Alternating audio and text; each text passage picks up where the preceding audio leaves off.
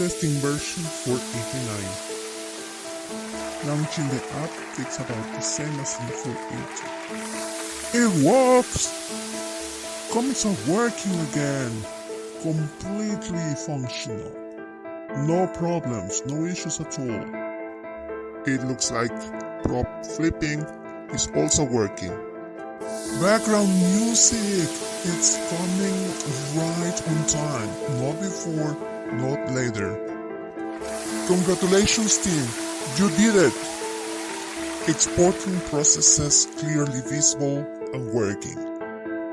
So far exporting videos is not taking that long. I am hungry. Some props continue to have problems. Be careful with your voice recording because the music might overwhelm it.